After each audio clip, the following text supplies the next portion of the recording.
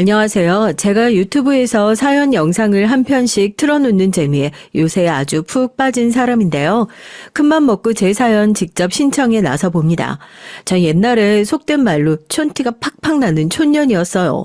고향이 아주 시골이었거든요. 기집애는 굳이 학교 보낼 필요 없어. 공부 더 시켜서 뭐하게? 기집애가 공부 많이 해서 뭐 어쩔 거냔 말이야. 돌아가신 친정아버진 그런 말씀이나 하시던 분이었어요. 그리고 전 그런 소리를 들으면서 눈이나 멍청하게 꿈뻑거리고 있던 아이였죠. 친정 집안이 혹시 가난해서 자식을 교육시키는 게 어려웠던 거 아니냐고요? 그렇게 생각하실 수도 있겠죠. 더군다나 시골이었으니까요. 하지만 조금 황당한 사실은 저희 친정 집안이 그럭저럭 주둥이로 넣을 건 다 넣으면서 사는 형편이었다는 겁니다. 시골이다 보니까 원래 농사를 짓곤 있었는데 여차저차 일들이 좀 있어서 부모님이 농사를 접고 다른 걸 하게 되셨는데 그게 좀 결과가 괜찮았거든요. 다름이 아니라 장사였어요. 도시에 나가서 이런저런 물건을 떼다가 시골에서 팔았던 건데 그게 탄력을 점차 받으면서 수익이 났습니다. 원체 집에 빚이 있어 본 적은 없었고 친가와 외가 모두 적당히 사는 형편은 됐거든요. 그러니 친정 부모님이 장사로 버시는 족족 수중의 재산을 불리실 수 있었던 거예요. 그럼에도 친정 아버진 기집애는 굳이 가방끈이 길 필요가 없다고 하셨습니다. 그분이 아는 세상이라는 게 그랬던 거예요. 여자는 공부를 오래 많이 할 필요 자체가 없고 이 다음에 나이가 차서 시집이나 잘 가서 애나 잘 낳고 가정이나 잘 살피고 살면 그것으로 된 인생이라고 여기셨던 분이었거든요. 제가 집안에서 막내입니다. 오남매인데 오빠 둘에 언니 둘이에요. 오빠들은 고등학교까지 진학하는 게 당연한 그림이었어요. 장남인 큰오빠가 중학생이었을 때 그땐 약간 형편이 빠듯할 듯 말 듯 했지만 부모님은 큰오빠가 공부를 하고 싶어하는 만큼 무조건 다 시켜줄 생각밖에 없으셨겠죠. 그런데 솔직히 큰오빠보단 큰언니가 머리가 더 좋습니다. 그건 동네 사람들도 다 알았어요. 왜냐하면 큰언니는 생김새부터가 아주 똘망똘망했었던걸요. 아따, 자는 커서 뭐가 되든 간에 자기 밥그릇 잘 챙기고서 살갔어. 저거 눈이 아주 땡그랗고 반짝반짝 하잖아. 엄청 실해 야물딱지네. 큰언니를 향해 동네 사람들이 그런 칭찬 혹은 덕담을 많이 날리셨죠. 그걸 어렸던 전 다 보고 자랐습니다. 겉으로 보이는 만큼 속도 튼실하다는 걸 증명하듯 큰언니는 그 당시 학교에 머릿수가 엄청나게 바글바글하던 시절에도 총명함으로 두각을 드러냈었어요. 오죽하면 그 시절 그 시골이었는데 선생님들이 콕 찍어서 큰언니를 추켜 세우며 기대한다는 말씀들을 하셨을까요? 하지만 큰언니 말이죠. 놀랍게도 중학교만 간신히 나왔답니다. 중학교도 사실은 못 나올 뻔했었어요. 저기 뒷산 고개 넘어가면 바로 큰 길 나오는 거, 거기에 공장까지 가는 버스가 이제 다닌다고 그러던데. 친정아버진 그런 말씀을 하시면서 큰언니를 공장으로 일을 보내려고 하셨었죠. 그때 큰언니는 중학교에 재학 중이었거든요. 멀쩡히 학교를 잘 다니면서 공부를 하고 있었던 자식을 대뜸 공장에다가 일을 보내려고 그러셨던 겁니다. 큰언니가 몹시도 당혹스러워하면서 제발 중학교 공부까지 마치게 해달라고 친정아버지 앞에서 빌었던 모습을 제가 직접 봤었어요. 아버지, 저 꼭 졸업하고 싶어요. 네? 제가 열심히 집안일도 하고 동생들도 더 잘 보고 그렇게 할 테니까요. 네? 제발 중등 공부만 더 할 수 있게 해주세요. 아버지, 제발요. 똑단발 머리를 한 총명하고 단정한 인상에 보기만 해도 공부 잘하는 모범생일 것만 같은 큰언니가 두 손을 모아 싹싹 빌면서 중학교라도 나오게 해달라고 친정 아버지 앞에서 간절하게 빌던 그 모습은 어렸던 저에게 아주 기이한 장면으로 다가왔었죠. 본능적으로 뭔가 좀 이상하다, 이건 좀 아닌 것 같다, 이런 느낌을 느낄 정도는 받았었던 건데요. 하지만 그게 다였죠. 느낌만 받았을 뿐 저 또한 그런 운명의 굴레에서 벗어나지 못했고 그러려는 시도나 미약한 발버둥도 못 쳐봤었던 게 초라하고 비참하지만 아주 자명한 사실이었네요. 변명을 해보자면 저보다 훨씬 잘나고 똑똑한 큰언니도 속절없이 집안의 대장인 친정아버지가 하라는 대로 그저 따르는 게 다였는데 막내인 제가 뭐가 된답시고 목소리를 낼 수 있을까 싶어서 더욱 그랬던 것 같아요. 작은 언니 또한 마찬가지였습니다. 야무지고 뭐든 잘하는 큰언니가 싹싹 빌어서 간신히 중학교까지만 졸업하는 모습을 보고서 작은 언니는 진작에 의욕을 상실했죠. 잠시나마 대학교를 꿈꿨던 내가 정말 생각을 잘못하고 있었구나. 완전히 헛된 꿈이었어. 고등학교도 지금 갈 수 있을까 말까 하는데 웬 대학교? 우리 집에서 여자가 대학교까지 가는 일은 죽어도 일어나지 않을 거야. 안 될 꿈은 일찍이 접는 게 낫지. 괜히 나만 상처받고 나만 마음고생할 테니까. 작은 언니는 큰 언니 정도는 아니었더라도 그래도 평균 정도는 학원 머리는 있었던 것 같더라고요. 대학교 진학까지 꿈꿔본 적도 있었지만 친정 아버지의 고집과 신념을 꺾을 자신이 없어서 진작에 그 꿈을 접었죠. 큰언니는 중학교까지만 나오고 난 뒤에 돈을 벌러 버스를 타고 공장을 다녔습니다. 공장까진 거리가 꽤 멀어서 버스를 오래 타야 했던 것으로 알고 있네요. 집에 돈이 쪼들리는 것도 아니었건만 공부를 잘하는 큰언니가 고등학교도 못 가고 공장에 다녔던 걸 그 당시엔 아주 이상하다는 생각을 못했다는 것이 무척이나 씁쓸해요.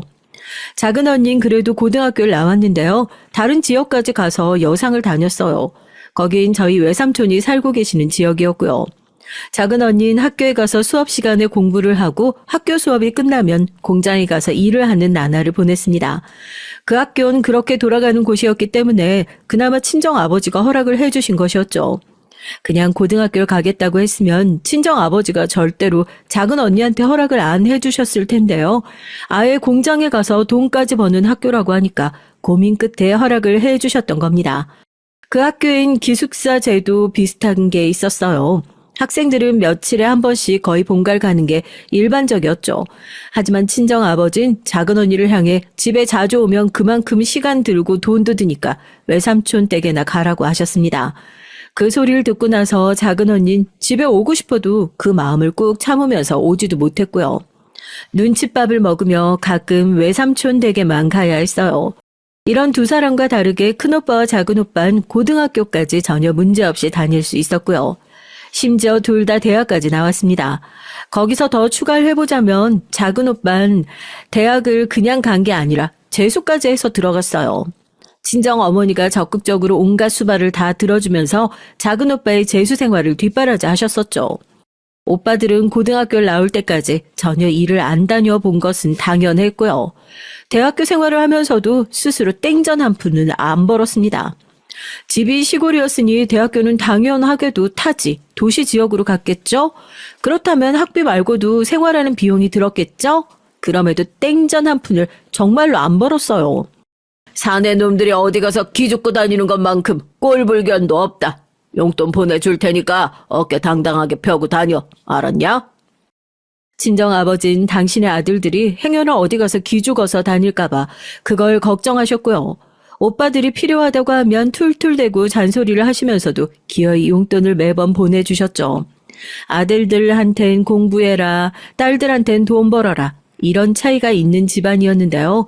차라리 그뿐이면 나았죠. 딸들이 번 걸 아들들한테 주기까지 하는 건 너무 심했습니다. 지나쳤다고 생각을 해요. 차별을 받는 주제에 효녀이기까지 했던 언니들은 번 돈을 달라는 친정 어머니의 요청을 순순히 들어드렸거든요. 딸이 돼서 어머니한테 용돈도 못 드리면 말이 안 된다고요. 언니들은 생각을 했던 거예요. 필요하시니까 용돈을 달라고 하셨겠지. 이런 생각도 했었고요.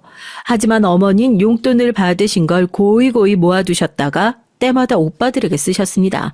특히 큰언니가 고등학교도 못 가고서 맨날 먼 길을 다니며 힘들게 공장에서 벌었던 돈은 큰오빠의 대학교 생활비로 쓰였었고요. 작은 언니가 학교를 다니면서도 조금씩 벌었던 그 피 같은 돈은 작은 오빠의 대학 재수 비용으로 쓰여졌었죠. 정작 작은 언니는 속으로 항상 가고 싶어 했지만 결국 가지 못했던 대학교를 영영 가슴에만 묻어둔 채였는데 말이죠. 태어나고 자란 환경이 그랬기 때문에 언니들은 수능을 했었고 타고나길 효녀인 구석도 있었기에 참았지만 암만 그래도 사람인지라 서러움이 밀려오는 건 어쩔 수 없는 수순이었습니다. 동네 사람들이 오죽하면 저희 집을 향해서 저긴 첫째 딸이 크게 될 것 같았는데 부모가 막았다 이런 소리들을 떠들었을까요? 그걸 언니들도 귀가 있는데 다 들었죠. 친정 부모님은 주변에서 자꾸 이상하게 떠들어대면서 남의 집 일에 간섭을 하는 게 짜증난다고 하시던 게 전부였고요. 아버지, 어머니, 저희도 진짜 참고 참다가 드디어 한 말씀 좀 드려야겠습니다. 두 분 다 정말로 너무하시는 거 아니에요? 어떻게 그러실 수가 있어요? 맞아요. 딸들은 뭐 자식도 아니에요? 아들들만 자식이에요? 네? 딸들은 공부시키는 것도 아깝고 그냥 밖에 나가서 고생이나 했으면 좋겠고 돈이나 벌어다 줬으면 좋겠고 그러신 거죠? 언니들이 폭발했던 그날은 친정 어머니의 생신날이었습니다. 언니들은 바리바리 선물을 준비해 왔었고 생일상까지 차렸고 정말 이것저것 많이 했었는데 오빠들은 아무것도 안 했거든요. 선물이 뭔가요? 손편지 한 장을 안 써온 것을요. 하지만 친정 어머니가 감동으로 눈물을 글썽거리셨던 순간은 바로 오빠들이 머스득한 표정들을 하면서 생신을 축하드립니다, 어머니, 사랑합니다. 이렇게 둘이 합창을 했을 때였어요. 고맙다. 그래, 정말로 고마워. 우리 아들들이 최고야. 나는 정말로 다 필요 없고 우리 아들들만 있어도 너무 행복해. 그걸로 충분해. 친정 어머니가 가슴이 벅차올라서 눈물을 훔치시던 모습을 보면서 언니들은 심장이 아주 차갑게 얼어붙은 모습들이었고요. 거기까지만 하고 끝냈으면 좋았을 텐데 언니들이 준비한 생신 선물 있잖아요. 그걸 확인하신 친정 어머니가 오빠들이 쓰게 줘버리면 딱이겠다고 말씀을 하셨던 거예요. 그러니까 언니들이 더 이상 못 참고 폭발을 했던 거죠. 정말 그럴 만한 상황이었습니다. 언니들이 폭발한 모습 앞에서 친정 어머니는 좋은 날에 왜 갑자기 이러냐면서 당황스러워 하시고요. 친정 아버지는 이 싸가지 없는 것들이 부모 은혜도 전혀 모른다며 잔소리를 하시고 오빠들은 이런 상황에 본인들은 전혀 지분이 없다는 것처럼 딴청을 피우고 있고 언니들은 결국 울면서 소리를 질러댔고 아주 난리도 그런 난리가 없던 날이었어요. 친정 어머니의 생신을 맞이해서 친인척 몇 분도 사실 그 자리에 와 계셨거든요. 상황을 다 보셨던 거죠. 다들 민망해서 어쩔 줄 몰라 하셨습니다. 그날의 사태는 두고두고 양가에서 조용히 회자되는 사건으로 남게 됐죠. 친정 부모님은 큰언니가 시집갈 때가 됐는데 아직 안 가서 저러는 것 같다는 황당한 결론을 내리셨어요. 당장의 중매를 알아봐야겠다는 친정 부모님의 쑥덕거림 앞에서 전 어찌해야 할 바를 몰랐죠. 그리고 저를 향해선 언니들처럼 되지 말라고 하셨습니다. 딸년들이라는 게 말이야 아주 버릇없고 기고만장하고 부모 알기를 우습게 알아. 잘못 키웠어. 그러니까 넌 네 언니들처럼은 되지 마라. 알겠냐? 친정 아버지의 불호령에 전 고분고분하게 알겠다고 말씀드렸어요. 막내라서 전 오빠들 언니들의 예쁨을 어릴 적에 꽤 받은 편이었습니다.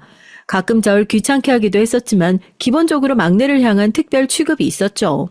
어린 나이에 힘들게 논밭으로 끌려가서 일을 한 적도 없었고 집안일을 일찍부터 배우고 해야 한다는 압박에 크게 시달린 적도 없었고 커서 반드시 효도를 해야 한다는 잔소리를 일찍 들어온 일도 없었습니다.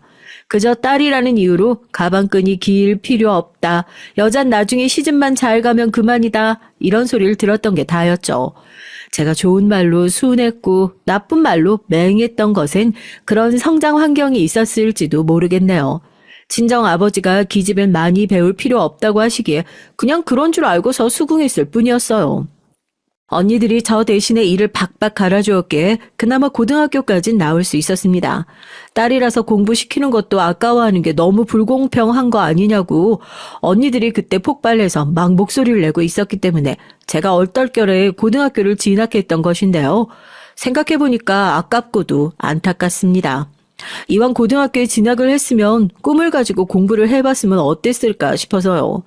일을 해서 돈을 버는 걸 병행하는 여상이 아닌 일반 고등학교에 갔다는 것만으로도 전 집에서 눈치가 보였거든요. 친정 아버지가 절 보면서 아이고 이렇게 혀를 끌끌 차시고 한숨을 쉬실 때마다 주눅이 들기도 했었고요. 그래서 대학교 진학을 진지하게 고려를 못 해봤다는 게 너무나도 후회가 돼요. 제가 정말로 맹추였어요. 만약 저 같은 기회를 큰언니가 잡았다면 좋은 대학에 자기 힘으로 붙었을 텐데요. 전 그러지 못했다는 게 지난 인생을 돌아봤을 때 두고두고 아쉽더라고요. 여자치곤 내가 가방끈이 긴 거겠지?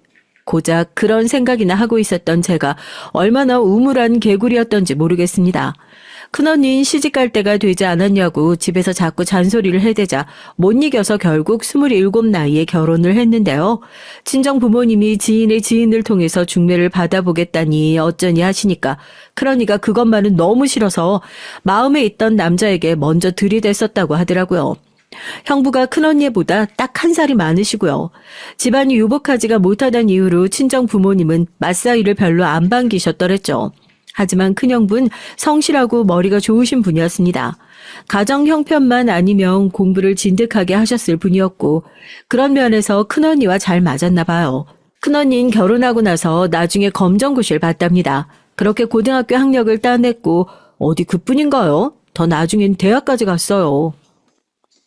그 당시엔 내 팔자고 내 운명이겠거니 싶어서 따랐던 건데 시간이 가면 갈수록 한이 되더라.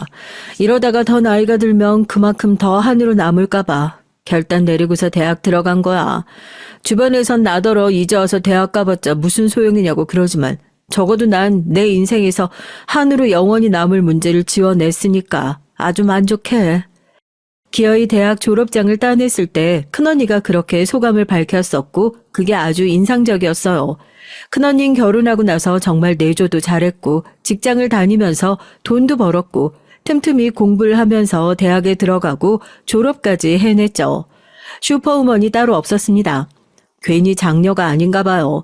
장녀의 그릇이란 다른 것 같아도 그 모든 와중에도 결국 친정 부모님을 저버리지 못하고 가장 잘 챙겼던 자식도 큰언니였으니까요. 오빠들이요? 아유, 그렇게 편애받으면서 오만 지원과 혜택을 누렸으면 그만한 결과를 냈으면 좋았을 일인데요. 그러지 못했다는 게 어이가 없기도 하고 황당하기도 하고 어찌 보면 그럴만했다 싶기도 하고 하여튼 그래요. 참고로 오빠들이 대학을 좋은 곳으로 나온 것도 아니었어요. 특히 작은 오빠는 재수까지 해서 대학을 들어갔던 것이었지만 그런 것 치곤 대학 간판이 많이 부족했죠. 대학을 나온 만큼 직장도 잘 잡아서 사회생활을 잘 했길 친정 부모님은 오빠들에게 기대하셨었죠. 그러나 큰오빠는 대학을 졸업한 이후로 도통 자리를 못 잡았습니다. 원래 이렇게 직장 생활이라는 게 힘든 건가? 이럴 바엔 그냥 시골에서 농사나 짓고 사는 게 낫지 않을까? 아니면 부모님이 그러셨던 것처럼 장사를 소박하게 해봐도 좋을 것 같은데. 대학을 졸업하고 3년이 지났어요. 2번의 직장 생활을 모두 망치고 접은 끝에 큰오빠는 고뇌를 하다가 기껏 그런 소리나 했었죠. 친정 아버지가 뒷목을 잡으셨어요. 다른 자식들이라면 몰라도 장남은 그래서는 안 된다고요. 이 집안의 기둥은 장남이고 어쨌든 장남이 잘 돼야 이 집안이 잘 되는 거고 뭐든 장남이 해내고 장남이 대를 잇고 장남이 이끌어야 하는 것이라면서 아주 침을 튀기면서 열변을 토하셨죠. 시골분이라서 그런지 장남 우선주의가 무척이나 강한 분이었습니다. 큰오빠가 그때 제 앞에서 이렇게 말을 하더군요. 나도 너처럼 막내로 태어났으면 얼마나 좋았을까. 머리에 아무런 생각도 없이 그냥 헬렐레 하면서 즐겁게 살 수 있었을 텐데. 장남의 무게라는 게 너무도 무거워서 숨이 막힌다. 이런 고통을 막내인 넌 죽을 때까지 모르겠지. 책임감에 짓눌리는 장남이라서 정말 괴롭고 힘들다. 큰오빠는 진심을 담아서 그렇게 말을 하고 있었어요. 그때 큰오빠가 30을 목전에 두고 있었는데요. 그때까지 큰오빠가 돈을 벌어서 집에다 가져다 준 적은 한 번도 없었습니다. 단 1원도 없었어요. 오히려 받기만 받아갔죠. 대학 생활의 군복무에 그 기간 동안 집에서 다 돈을 받아서 살았었고요. 대학을 졸업하고 나서도 마찬가지였습니다. 직장에 간신히 들어갔다가 못 버티고 나오는 것만 2차례. 그동안 돈을 모으지도 못했었고요. 큰오빠가 도대체 무슨 이유로 자기 연민에 취해 있는 건지 당최 전 알 길이 없었죠. 작은 오빠는 상황이 더 안 좋았다고 생각합니다. 왜냐하면 작은 오빠는 대학을 나오고 나서 취업을 하진 않고 여자를 만났었거든요. 그냥 여자에 빠져서 취업을 미룬다는 정도도 아니었습니다. 속도 위반 혼전 임신이었기 때문입니다. 이번엔 친정 어머니가 뒷목을 잡으셨죠. 내가 우리 아들을 어떻게 키웠는데 금이야오기야 귀하게 키워놨더니 웬 어디서 굴러먹다 왔는지 알 수도 먹는 개벽다기 같은 불려시년이 감히 우리 아들을 꼬여내서 인생을 망치려고 들어? 거의 입에서 피를 토하실 기세였었고요. 작은 오빠는 반성은 안 하고서 그냥 대충 불쌍한 표정이나 지으면서 동정을 얻어내려고 하고 있었습니다. 그 작전이 먹혔다는 게 가장 황당하네요. 친정 어머니가 결국은 그래 우리 아들은 아무 죄가 없지 이러면서 작은 오빠가 원하는 대로 결혼을 시켜줘야겠다고 하셨거든요. 작은 오빠가 너무 착하고 불쌍하다고 그러셨어요. 여자가 임신했으면 남자로서 책임을 지는 자세가 기본 아닐까요? 그걸 두고서도 친정 어머니는 오만 생색을 다 내시면서 당신 아들을 추켜 세우셨다는 게 지금에 와서 생각해보면 어처구니가 없네요. 그 당시엔 잘 몰랐지만 지나고 보니까 작은 새언니가 너무 가엾었어요.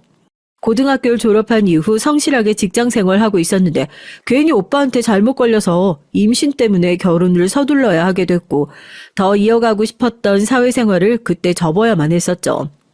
아이고, 고졸 주제에 우리 아들은 대학까지 나왔는데 언감생신 우리 아들 애초에 넘봤다는 것 자체가 정말로 괘씸하고 얄미워.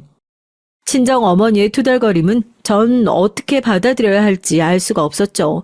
당신의 딸들한텐 학력 따위 전혀 중요하지 않은 것처럼 필요 없다고 구셨으면서 정작 며느리의 흠은 학력으로 잡으셨습니다. 이래서 시자를 안 된다고 그러는 건가? 나도 시어머니 잘 만나야겠다. 그리고 더 나중에 내가 혹시 시어머니의 입장이 된다면 난 절대 며느리한테 막말하지 말아야지. 그건 너무 부끄러운 일이니까. 제가 친정 어머니의 모습을 보면서 시어머니란 뭘까 하는 생각을 아주 많이 해봤었네요. 작은 오빠가 일자리도 못 구한 마당이었는데 결혼할 돈이 어디에 있었겠나요? 새언니가 임신 중이었기 때문에 친정 부모님 댁으로 작은 오빠까지 둘이 들어와서 살았어요. 일단 애를 낳고서 생각하자면서 말입니다. 작은 오빠는 친정 아버지의 지인분을 통해서 일거리를 받아 그걸 하면서 일단 지내기로 했었고요. 하지만 자리를 깔고 눕고 나면 끝이죠. 대개 그렇게 될 수밖에 없었습니다. 원래는 아이가 태어나고 첫 돌 정도가 지나면 분가를 하기로 도시에 나가서 살면서 작은 오빠가 취업을 하기로 그렇게 얘기가 되어 있었지만 이루어지는 일은 없었어요. 그대로 눌러 살았고요. 작은 오빠는 계속 그저 그런 일만 하면서 지냈던 겁니다. 아니 저러고서 살 거면 대체 뭐하러 대학까지 나왔디야? 동네 사람들이 고개를 절레절레 흔들며 작은 오빠가 사는 모습을 향해 떠들었더랬죠. 부끄럽지만 저희 친정 어머니가 좋은 시어머니 상은 아닙니다. 그렇게나 아들 타령을 하셨던 분인데 혼전 임신으로 집안에 들어온 며느리가 곱게 보이셨을까요? 절대 아니었죠. 그러니 당연히 새언니의 입장에선 시골의 시댁에 눌러 사는 것이 미치고 팔짝 뛰고 답답하고 화병 나서 환장을 누르실 수밖에 없었어요. 하지만 작은 오빤 나는 모르겠다라고 하면서 제발 분가 좀 하자는 새언니의 말을 흘려듣기 일쑤였죠. 새언니에겐 참으로 미안하고 안 된 소리지만 전 새언니를 보면서 교훈을 얻을 수 있었던 게 사실이에요. 절대로 결혼 전에 함부로 임신하면 안 되겠다는 것과 말이 잘 통하는 시부모를 잘 만나야 한다는 것, 이렇게 두 가지 교훈이었죠. 작은 언닌 큰 언니처럼 친정 부모님의 지인을 통한 중매로 결혼하는 게 너무 싫어서 얼른 곁에 있던 인연과 결혼을 했었죠. 작은 형분 바쁘게 움직이며 사는 분이었고요. 비록 작은 규모의 공장에서 일을 하고 계셨지만 언젠간 빛을 보는 날이 올 거라 믿고 계신 분이었어요. 작은 언니가 고등학생 때도 공장에서 일을 했었잖아요. 그러면서 돈독하게 지냈던 고등학교 동창이 있었는데 그 동창을 통해서 소개를 받은 인연이 작은 형부였던 만큼 열심히 쉬지 않고서 일을 하는 습관이 잘 들어있던 분이었던 겁니다. 물론 친정 부모님은 남자가 뭐 하나 잘난 게 없다는 이유로 작은 형부를 마음에 들어하지 않으셨지만요. 작은 언니는 코웃음을 쳤었죠. 그렇게 따지면 뭐 우리 집 남자들은 잘났나? 작은 언니의 시원한 발언에 제가 남몰래 웃었어요. 고등학교를 졸업한 이후에 전 자그마한 회사를 다니고 있었습니다. 버스를 타고 간 다음 내려서 꽤 걸으면 도착하는 회사였었죠.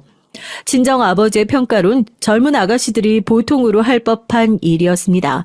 적당히 일하기에 괜찮고 그러다가 시집을 가기에 무난하다는 뜻이었어요. 그때도 전 맹하게 고개나 끄덕이고 있었네요. 어디를 가면 좋을지 무슨 일을 하고 살면 좋을지 그런 생각도 없었고요. 배경 지식이 전무했었죠.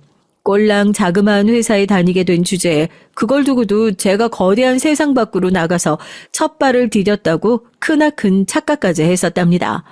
더 큰 세계가 있다고 상상도 못했었고요. 보는 시야가 왜 그렇게 좁았을까요? 민망하지만 언니들과 다르게 전 친정 부모님의 지인의 지인을 통해서 중매쟁이에 소개받으셨는데 그 중매로 남편을 만나서 결혼을 했습니다.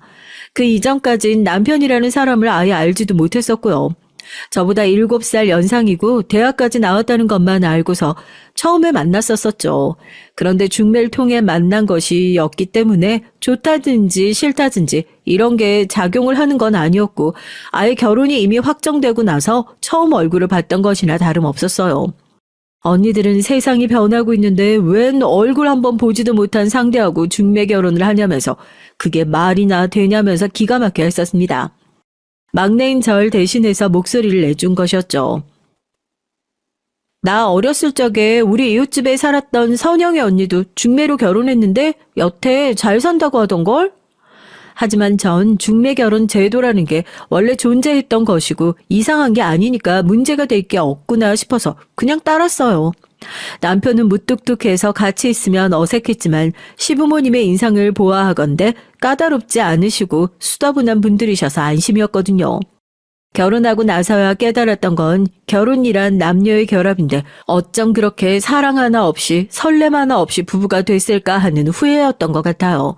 제가 만약에 깊게 진지하게 생각을 한 번이라도 해봤다면 적어도 결혼을 번갯불에 콩 구워 먹듯이 해치우진 않았을 듯 싶더라고요. 제가 고작 24 나이 때였는데 솔직히 결혼을 서두를 아무런 이유조차 없었어요. 막내까지 시집 보내고 나니까 아이고 이제 개운하고 할 일 다 마친 기분이다.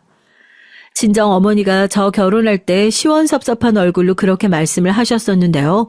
나중에 곰곰이 생각을 해보니까 막내까지 얼른 결혼을 시켜버려야 친정 부모님으로선 더 이상 고민거리가 없으니까 그런 심정으로 절 치워버리신 거구나 싶었어요. 냉정하게 제가 남편과 알콩달콩 사랑이 꽃피우는 부부는 아니었습니다.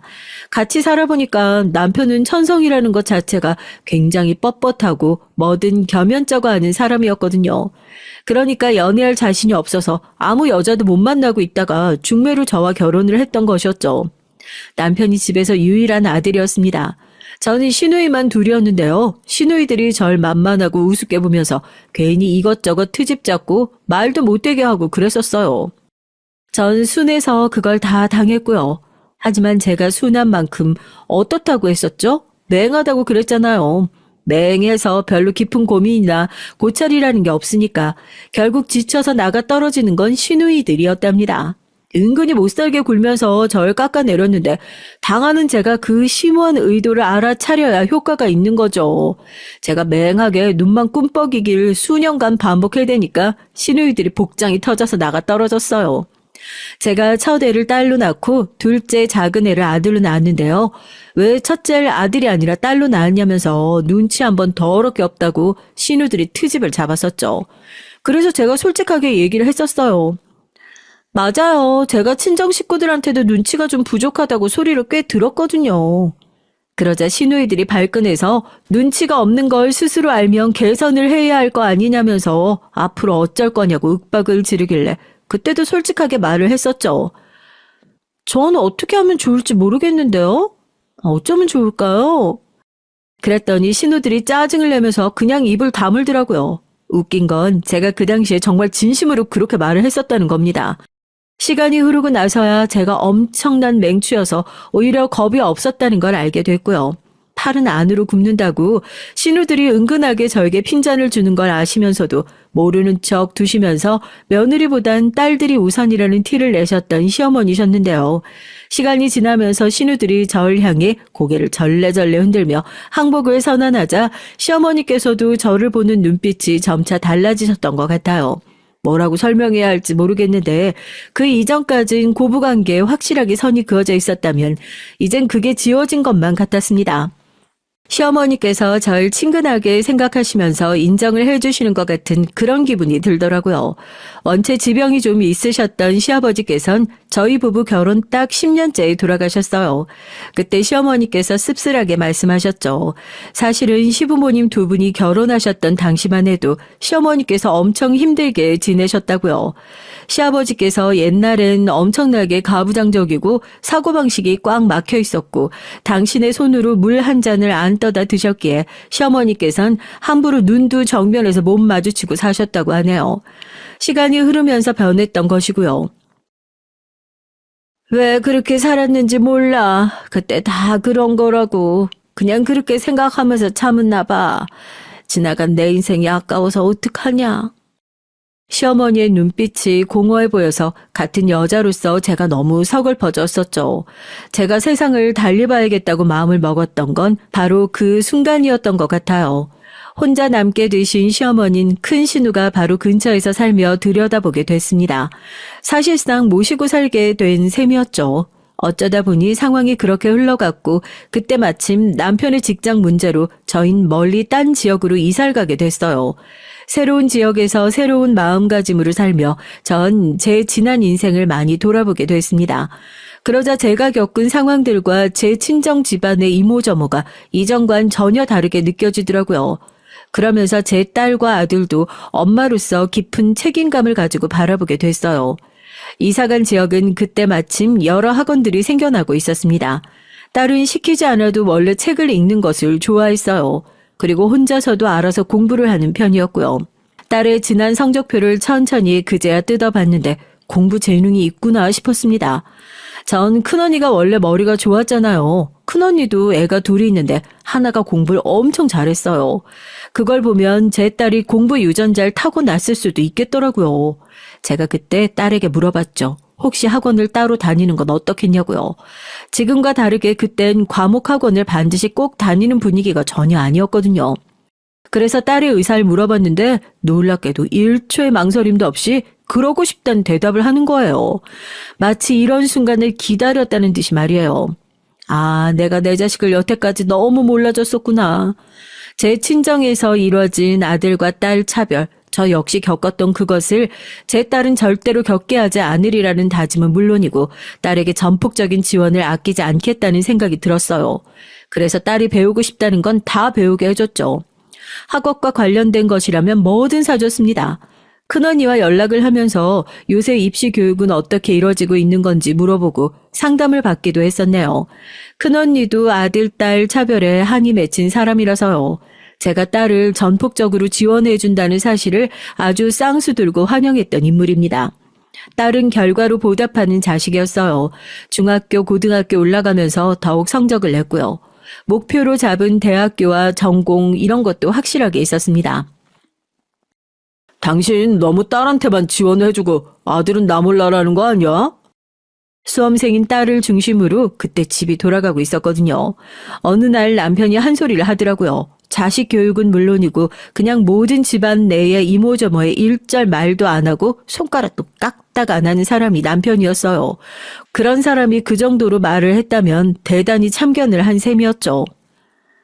잘할 만한 싹이어야 물을 주죠. 그리고 스스로 원하지도 않는데 자꾸 시켜봤자 무슨 소용이나 있겠어요? 시간 낭비, 돈 낭비일 거예요. 제가 단호하게 대답하자 그 이후로 남편은 말을 얹지 않았었죠. 예전에 직장 문제로 이사를 했었던 것인데 그 이후로 남편의 일이 좀 잘 풀렸어요. 그래서 수입은 계속 안정적이었고요. 게다가 시아버지께서 돌아가신 이후로 시댁의 재산 정리가 있었는데요. 그때 어떤 사람이 시댁에서 가지고 있던 자그마한 땅을 사겠다고 꼭 좀 팔아달라고 해서 그것도 정리를 했었습니다. 돌아가신 시아버지 그리고 시어머니의 뜻에 따라서 이후에 천천히 재산을 3등분 했는데 남편이 4할, 신우들이 각각 3할씩 비율을 가져갔죠. 아들이 무조건 더 많이 가져가야 한다는 게 시부모님의 뜻이었거든요. 사실은 남편이 3할이었고 신우들이 2.5할씩 가져갈 뻔했었는데 제가 그건 좀 아닌 것 같다고 슬쩍 목소리를 내서 조정이 있었던 겁니다. 그때 저에게 고마워하던 신우들의 눈빛이 인상 깊었더랬죠. 아무튼 그런 것까지 있었기에 수중의 재산은 꽤 넉넉했어요. 덕분에 딸의 교육비에 아끼지 않고 지원을 해줄 수 있어서 좋았고 대학 등록금도 턱턱 내주고 자취방도 구해줄 수 있어서 어찌나 뿌듯해했던지요.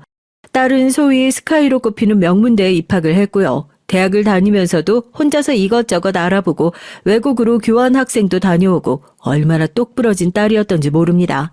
뭐든 알아서 잘했고 그런 딸을 지원해줄 수 있어서 좋았죠. 반면에 아들은 원래 공부에 흥미가 없었어요. 책상 앞에 오래 앉아있는 걸 못했고요. 그랬던 아들이니까 제가 일부러 그냥 뒀던 거예요. 억지로 시키면서 등을 떠밀어 봤자 스스로 의지가 없다면 대학을 나온다고 해도 저희 오빠들 같은 결과를 볼 것 같더라고요. 좋은 대학 나오고 안 나오고 여부와 상관없이 살 것 같다면 진작에 그냥 입시 스트레스 주지 않는 편이 낫다고 여겼었죠.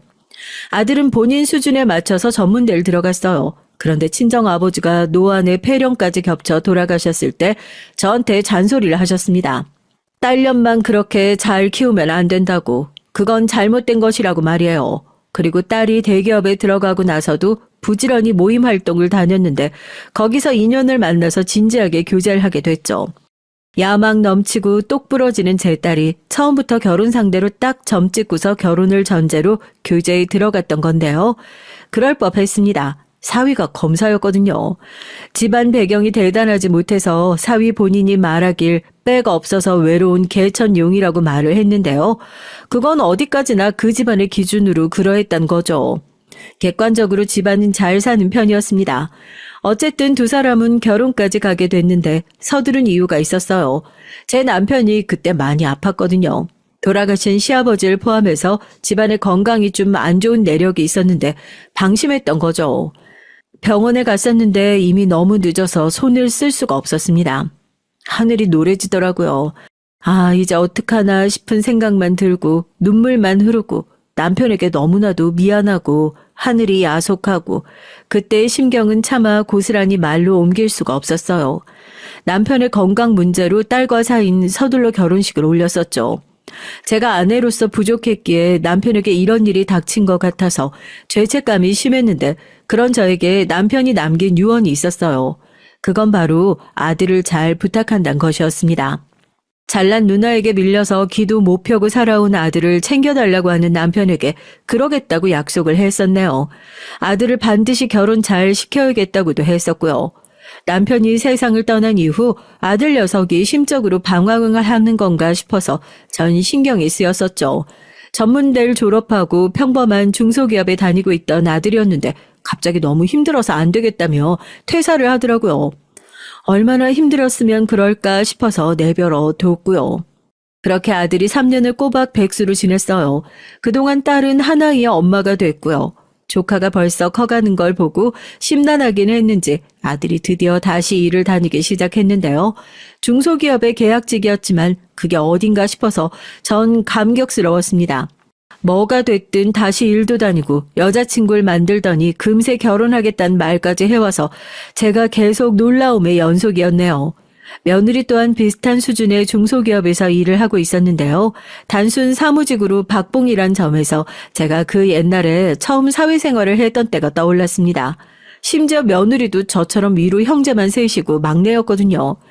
집안 형편은 썩 좋지 못해서 그간 모은 돈이 많진 않다며 제 앞에서 민망해하는 며느리를 힐난할 생각은 없었습니다. 그런 시어머니가 될 생각은 옛날에 버렸었고요. 제 아들이 좋다고 하는데 무조건 축복해줬죠. 구조가 넓게 잘 빠진 아파트 매물이 나왔길래 그걸로 제가 집장만도 해줬고요. 어머님, 정말 감사합니다. 저 세상에서 가장 결혼 운이 좋은 여자 같아요. 제가 앞으로 평생 어머님한테 충성하고 살 거예요. 행복해하는 며느리의 모습이 참 밝아 보이고 좋더라고요. 제 아들이 솔직히 자신감이 넘치는 인물은 아니었어요. 어렸을 때부터 조금 소심한 편에 가까웠죠. 만약에 불만을 얘기하고 싶은 게 있어도 그걸 내뱉지 못하고 혼자 속으로 꿍쳐두고서 내도록 꿍하게 굴면서 입만 삐죽거리던 어린 날의 아들 녀석이 눈에 선합니다. 야무지고 차분하고 머리 회전이 빠른 자기 누나와는 정반대였죠. 딸과 사위인 각자의 일도 척척 잘 해냈고 육아에 도움이 필요하면 딸이 자기 시댁의 힘을 빌렸어요. 사돈 내외가 적절히 학시기도 했고 워낙 손주 돌보는 걸 좋아하셨거든요. 그래서 그쪽은 아무런 문제가 없었고 넘치도록 여유로웠습니다. 반면에 아들과 며느린 그러지 못했어요. 두 사람의 수입으론 그럭저럭 생활은 잘 할 수 있었어도 이살 낳아 키우고 재산을 불리는 것까진 힘들었거든요. 그런 상황에서 며느리가 다니던 회사가 경영 악화로 문을 닫았고요.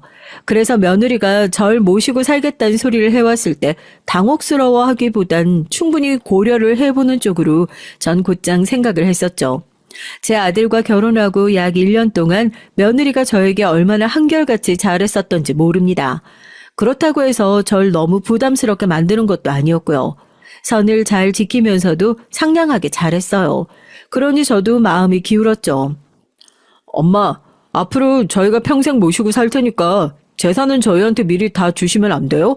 솔직히 누난 돈 필요 없잖아요. 지금도 너무 잘 사는데 누나가 재산까지 따로 받으면 너무 불공평하죠. 며느리를 앞세운 아들이 저에게 그렇듯 졸라댔습니다. 본인은 벌써부터 절 모시고 살며 재산까지 다 받을 생각까진 못했었는데 며느리가 먼저 제안을 해서 솔깃했다고 하더라고요. 저도 자꾸 혼자 있으면 허무하게 떠나보낸 남편 생각도 났고 가끔 외롭기도 해서 같이 살고 싶긴 했어요. 그리고 남편의 유언을 떠올려 봤을 때 재산을 아들에게 주는 걸 이런 상황에선 원했을 것 같긴 하더라고요. 제가 고심 중일 때 며느리가 직접 만든 쑥 버무리를 싸워선 눈물까지 글썽거리면서 정말 잘 모실 테니까 재산 주시고 같이 살아달라고 재차 호소를 했습니다. 아유, 제가 또 원체 쑥을 좋아하거든요. 그래서 에라 모르겠다 싶어서 알겠다고 수락을 해버렸어요. 그리고 딸과 사위에겐 당연히 상황이 이렇게 됐다고 알렸죠. 두 사람 다 제가 원하는 대로 하는 걸 말리진 않겠지만 걱정은 된다고 했습니다. 재산 욕심이 난다 그런 게 아니라 진심으로 걱정돼서 드리는 말씀이에요. 화장실 갈 때와 나올 때가 다른 게 사람 마음이라는 딸의 말에 저도 동의했고요. 그래서 사위의 조언까지 받은 다음에 아들과 며느리의 집으로 들어갔습니다. 재산은 아들의 명의로 돌려줬고요. 처음 며칠은 얼마나 즐겁고 새로웠던지 몰라요. 하지만 그게 불과 한 달도 안 갔습니다. 아마 3주나 갔을까요? 제가 나이가 들어서 아침잠이 별로 없어요. 아침은 꼭 먹었는데요. 처음엔 아들이 출근하고 나면 그때 며느리와 제가 둘이 아침밥을 먹었어요. 그런데 시간이 지나자 며느리가 아침밥을 안 차렸습니다. 아들은 아침에 밥을 따로 안 먹어서 두유 한 팩만 들고 출근을 하는데 저 때문에 밥을 차리는 게 귀찮다는 것이 며느리의 주장이었어요. 그럼 난 뭘 먹으란 말이니? 어머님이 알아서 차려 드세요. 전 원래 아침밥 잘 안 먹어요. 얘기 나왔으니까 말씀드리겠는데요. 어머님은 일어나자마자 무슨 입맛이 그렇게 도시나요? 며느리가 퉁명스럽게도 쏘아붙이더군요. 아니 이게 과연 제가 알던 며느리가 맞나 싶어서 너무 당황스러웠고 심장이 내려앉는 것만 같았습니다. 전 애써 며느리가 이렇듯 퉁명스럽고 아주 솔직한 구석이 있었던 게 이제 드러났을 뿐이라고 생각했죠. 그래, 사람이 어떻게 한결같이 상냥하겠나. 같이 살다 보면 저렇게 솔직한 모습도 보게 되는 거지. 하지만 아니었습니다. 같이 살기 시작한 지 2달이 지났을 때 며느리가 아예 저에게 이런 선언을 했었거든요. 인터넷으로 라면 2박스 시켰으니까요. 어머님 이제 밥 차려 드시고 싶으시면 라면 끓여 드세요. 너 미쳤니? 나더러 삼시세끼 라면 끓여 먹기라도 하란 거야? 그러시든가요. 전 이제 어머니 밥 차려 드리는 거 아예 안 하기로 했으니까 그런 줄 아시기만 하면 돼요. 제가 너무 화딱지가 나서 퇴근한 아들을 붙잡고 따졌었죠. 이따위 대접 받으려고 재산 다 준 거 아니라고요. 그랬더니 아들이 이러더라고요. 저한테 이러지 마시고 둘이 알아서 해결 보세요. 저 밖에 나가서 일하는 사람이지 집에서 밥 차리는 사람 아니거든요.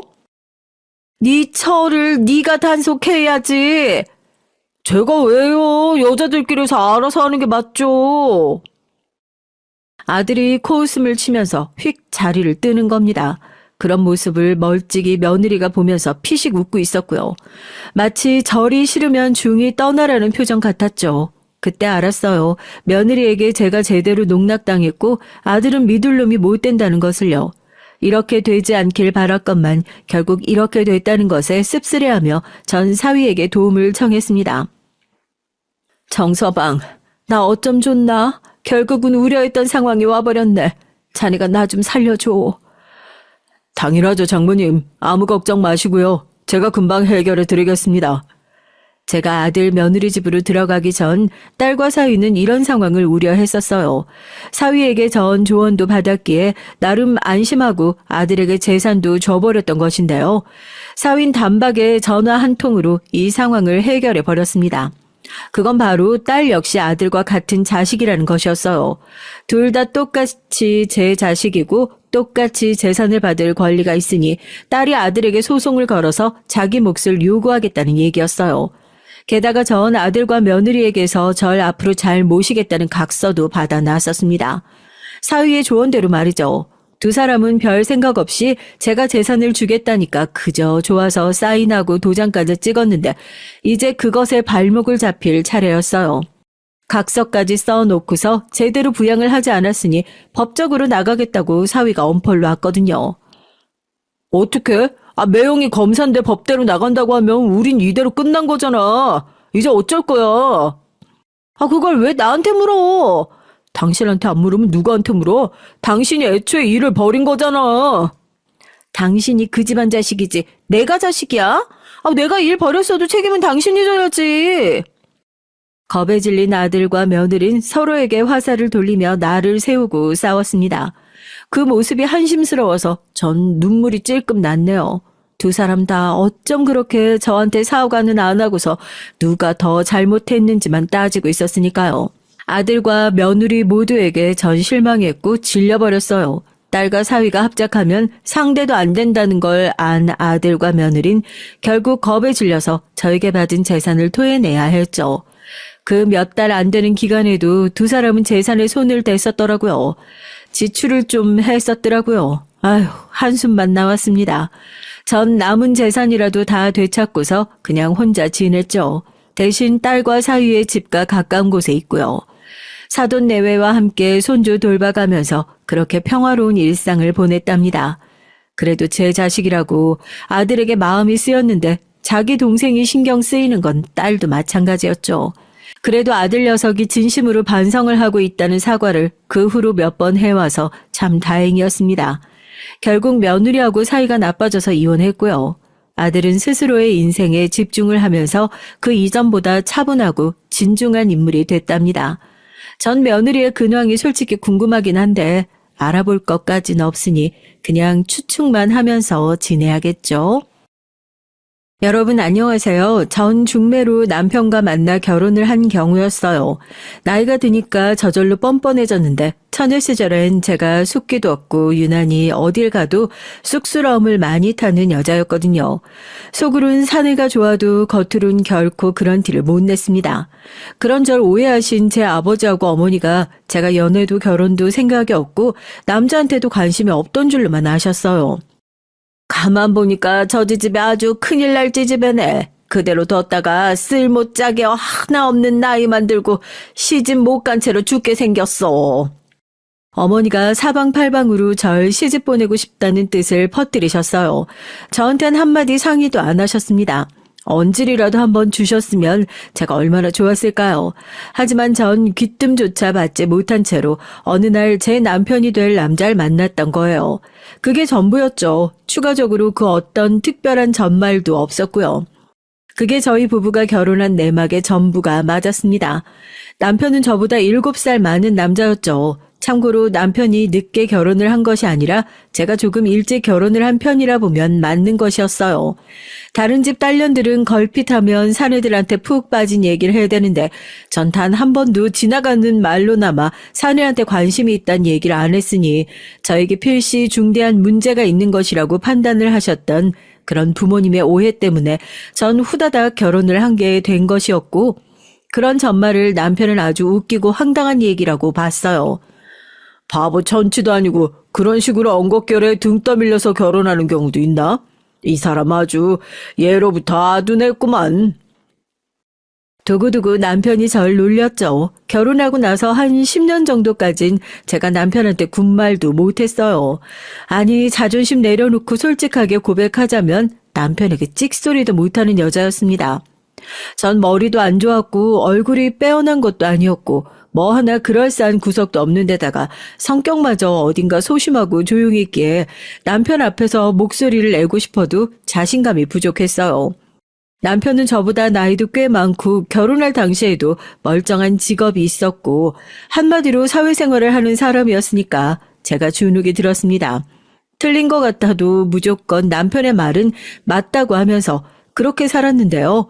부부로 산 지가 10년 세월이 좀 넘어갈 무렵부턴 특별한 계기도 없었건만 어느 순간에 제 머릿속으로 이런 말이 흘러들어왔어요. 에라 모르겠다. 그리고 그런 마음을 한번 먹고 나니까 더 이상 남편 앞에서 저의 주장을 크게 펼치는 게 어렵지 않아졌죠. 남편을 저를 향해 항상 더 겁대가리를 상실하는 것 같다고 말을 했었지만 제 생각엔 유부녀가 되고 엄마가 되고 그렇게 나이를 먹어가면서 자연스레 능청스러워지는 것 같았습니다.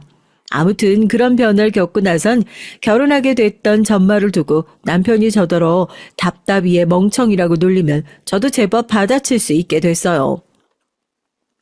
그러는 당신은 왜 나하고 결혼했을까? 나나 당신이나 그렇게 따지고 보면 결국 똑같이 등 떠밀린 바보 아닌가? 어허, 이 사람이 당신이랑 나랑 어떻게 같아? 당신도 옛날에 아무 소리 않고 나랑 결혼하러 나왔잖아요. 그러니까 피차 일반이지. 난 속았던 것뿐이야. 결혼하게 될 거라는 것조차 모르고서 자리에 나왔던 아둔한 당신하고 사정이 달라. 속았다니? 원래? 그건 또 무슨 얘기일까? 난 분명히 그렇게 들었어. 절세미인이라고, 응? 뿐만 아니라 참하고 고운 분위기를 은은하게 풍기는 것이 아주 일품인 여자라고. 절세미인에다가 그런 분위기까지? 아이고, 그렇게 대단한 여자가 어디에 있었는데요? 그러니까 내가 말했잖아, 속았다고. 뭐예요? 아니 그러면 내가 절세미인의 분위기까지 갖춘 여자인 줄로 알고서 나랑 결혼하려고 했던 거예요? 엄마야, 난 그런 사실 지금 처음 알았네? 그뿐이야. 나보다 나이도 7이나 덜 먹었다고 하니까 내 가슴이 얼마나 설렜겠어. 이건 볼 것도 없이 하늘이 내게 준 감동의 선물이라 여기고 당장 결혼하겠다고 외쳤던 거지.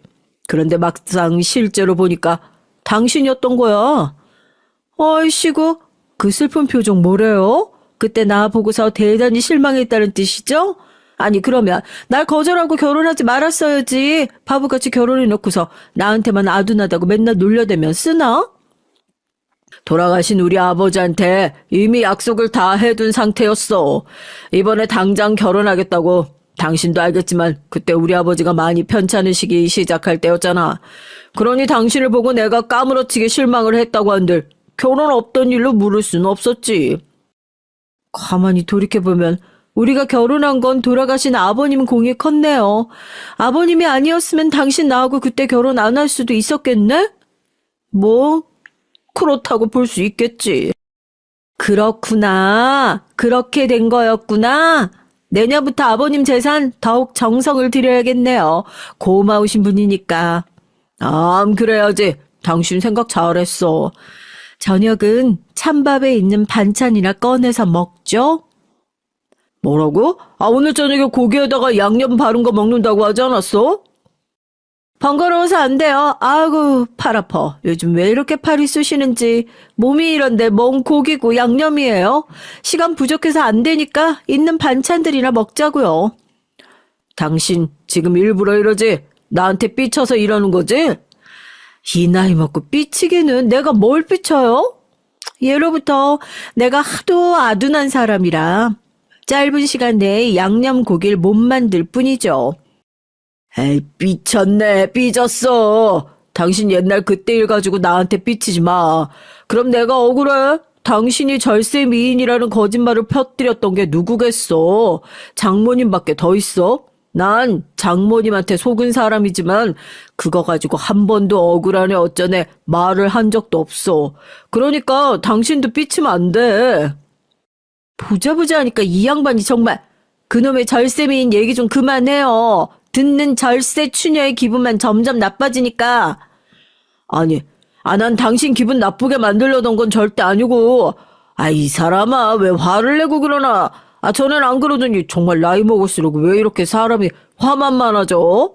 대체 어찌하면 화를 풀 건데, 어? 내가 어떻게 해야 저녁 밥상에 고기가 올라오는 거냐고. 제가 단단히 삐치고 화났다는 듯 양팔을 교차해서 팔짱을 강하게 끼고 고개를 3개 휙 돌리면서 흥 하고 나면은 남편은 보이지 않는 땀을 삐질삐질 흘리면서 어쩔 줄 몰라 했습니다. 그러면 전 속으로 어느새 화 같은 건 사르르 다 녹아내려서 남편과 웃음이나 짓고 있었죠. 나이를 먹어가는 것과 능청스러워지는 것이 어떤 측면에서 보자면 아주 긍정적인 변화 같다는 생각이 들고 있었어요. 결혼하고 얼마 안 되었을 때까지만 해도 밤에 자려고 누웠을 때 울음인지 한숨인지 분간하기도 힘든 것들을 조용히 토해낼 때가 많았거든요.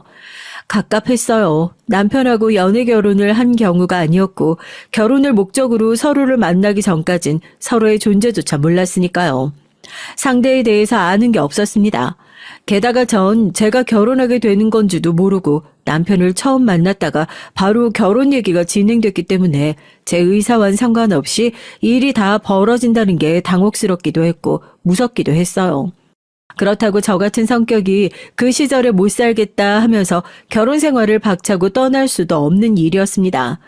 울상이 돼서 주눅이 들어있던 전 시어머니께 자주 혼이 났어요.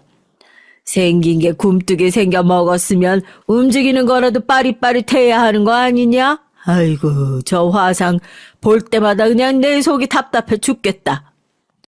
결혼을 할 거라고 생각도 못했던 제가 어떻게 집안일을 잘하고 시댁의 비위를 잘 맞출 수 있었겠나요? 뭐든지 어설펐죠. 그럴 때마다 엄청난 불호령이 떨어졌고 전 혼나는 게 습관이 돼서 항상 움츠러들어 있었습니다. 제가 그렇게 되니까 시어머니의 입장에서 전 점점 더 답답하게만 구는 구제불능의 맹추로 보였던 거예요. 결국은 수저로 머리를 얻어맞고 발로 엉덩이를 걷어차이는 지경까지 이르렀죠. 그러면서도 전 속으로 내가 못나서 이렇구나 이런 생각만 했어요. 사람이 처음부터 잘할 수는 없는 건데 세상이 돌아가는 것도 잘 모르고 인간관계에도 어설프기만 했던 전 그때 당시에 생각하는 수준이 아주 좁아서 내도록 시어머니께 일방적으로 당하고 살았습니다. 저만 보면 답답해 죽겠다고 눈을 부라리셨고 남편을 향해선 측은지심과 따뜻한 애정이 뒤섞인 눈빛을 보내셨어요. 시어머니의 입에서 나오는 우리 아들이라는 소리가 전 부럽게만 들렸던 것 같아요. 전 태어나고 자라는 동안에 단 한 번도 그렇게 애정이 넘치는 목소리로 저희 부모님이 절 향해서 우리 딸이라고 하시는 걸 들어본 역사가 없었으니까요. 막무가내로 절 홧김에 시집 보내놓으셨으면 궁금해하면서 걱정이나 좀 해주실 것이지. 부모님은 제가 알아서 잘 살 거라고 여기셨습니다. 너무 힘들어요. 시댁 사람들 다 무서워요. 결혼하고 나서 처음으로 힘들다는 고백이 친정 부모님을 향해서 튀어나갔을 때였어요. 그러자 어머니가 말씀하셨습니다.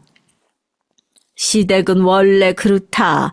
안 그러면 그건 시댁이 아니지. 제 두 귀를 의심해야만 했습니다. 망설이다가 사실 엊그제 시어머니께 엉덩이를 걷어차였다고 조심스레 말씀을 드렸는데 그러자 이번엔 어머니가 이렇게 말씀을 해주셨어요. 결혼하고 딱 3개월 만에 눈탱이가 밤탱이가 된 사람도 내 최근에 봤어. 네? 그런 사람이 있었어요? 어디서 보셨는데요? 누가 그렇게 됐는데? 너 연숙이 알지? 당연히 알죠. 커선 대면대면해졌지만 제가 어렸을 적엔 연숙 언니를 졸졸 따라다녔는걸요? 제 친언니처럼 여겼잖아요. 그런데 연숙이 언니가 왜요? 걔가 올해 시집 갔잖아. 1년인가 만나던 남자하고 결혼을 하더니 3개월 만에 그냥 눈탱이가 밤탱이가 됐더라. 살려달라고 자기 친정집으로 거지꼴이 다 돼서는 왔다지 뭐냐. 그래서 최근에 여기 동네가 시끄러웠어. 그럴 수가. 연숙 언니가 그렇게 됐다니. 그럼 연숙 언니 여기 와 있는 거예요? 온 김에 오랜만에 연숙이 언니 얼굴이나 한번 보고 갈까요? 얘가 무슨 소리를 하는 거야. 당연히 자기 남편이 있는 집으로 돌아갔지. 거기가 있어야 할 곳인데 여잔 원래 출가 외인이야. 너무해요. 어떻게 그럴 수가 있어요? 연숙이 언니인 제가 아는 한 성격이 무척 왈가당인데 어찌 그러고 사는지 모르겠네. 어찌 노력하다 보면 젖지 사라지는 게 인생 아니겠니? 그러니까 넌 연수기 통해서 배우는 게 있어야 돼. 네? 엄마, 제가 뭘 배워야 될까요? 눈탱이가 밤탱이 되면 친정으로 달려가는 거요? 연숙 언니보다 더 빠르게 달려가면 되죠? 네가 미쳤구나.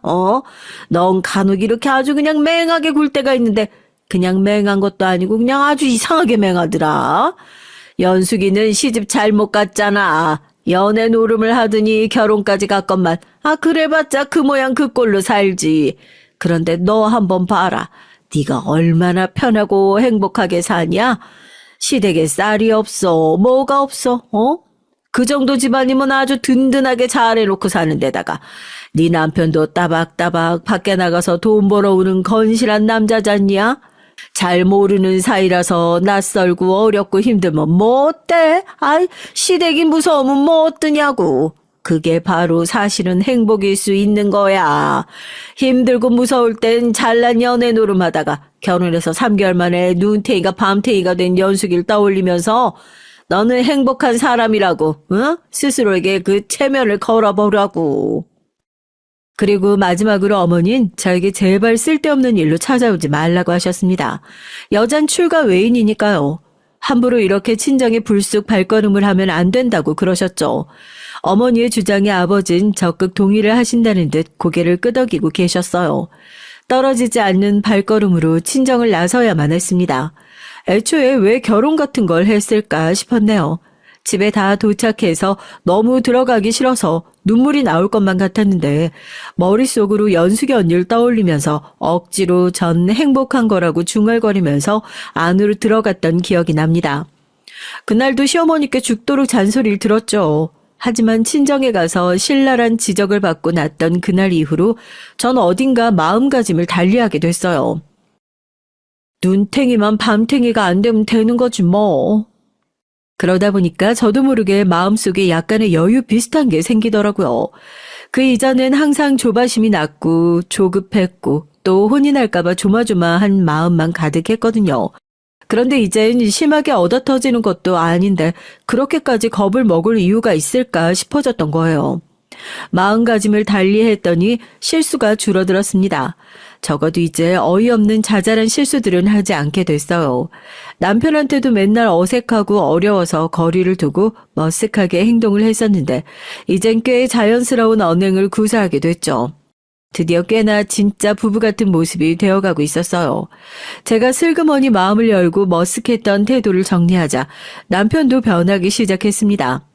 시어머니께 제가 호되게 혼나는 광경을 우연히 보더라도 남편은 남자인 자기가 끼어들 일이 아니라고 생각해서 멀찍이 고개를 돌려버리는 사람이 있었거든요.